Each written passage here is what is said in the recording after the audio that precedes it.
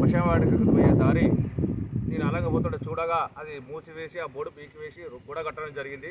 దానిపైన 22 తారీఖు ఎంఆర్ఓ కలిసి అయ్యా మరి రోడ్డు ఇట్లా కబ్జాకు గురైంది, పశ్చిమవాడికి పోయే దారిని కబ్జా చేసిన కాబట్టి మీరు వచ్చి ఒకసారి విచారణ చేయాలంటే ఆర్డీ వారు చెప్పాగా ఎంఆర్ఓ గారు ఎంసీ గారు వచ్చి విచారణ చేయగా రోడ్డు కబ్జా అయిన నిర్ధారణ అయింది.